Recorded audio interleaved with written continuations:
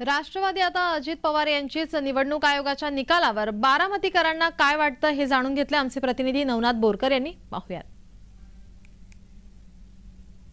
फूट पडलेली होती आणि राष्ट्रवादी पक्ष आणि चिन्हासाठी दोन्ही गट हे न्यायालयीन प्रक्रियेत होते. काल निवडणूक निर्णय आयोगाने राष्ट्रवादी पक्ष आणि चिन्हाबाबत स्पष्ट अजित पवाराला हे पक्ष आणि चिन्ह दिलेलं आहे. मी काटेवाडीमध्ये आलेलो आहे.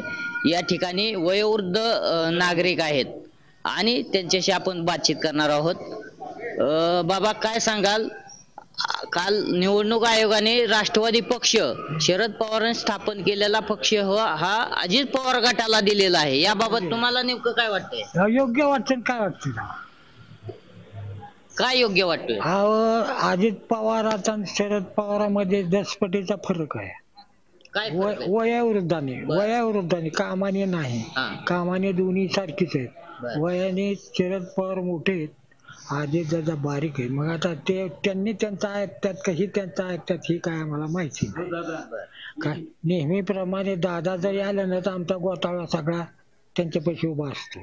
दादा सगळ्याला काय सांगायचं सांगतात. ते म्हणत नाहीत मी मंत्री झालो तुम्ही माझ्या संग बोलू नका, आमचं तसलं काही नाही.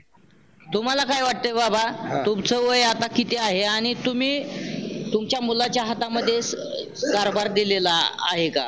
काय वाटतंय? आता वय आता जसं मुलगा मोठा झाला तर बाप त्याच्या हातातच देतो की सगळं. आता ते बापांनी नुसतं बघायचं असतं की मुलगा काय करतोय काय नाही.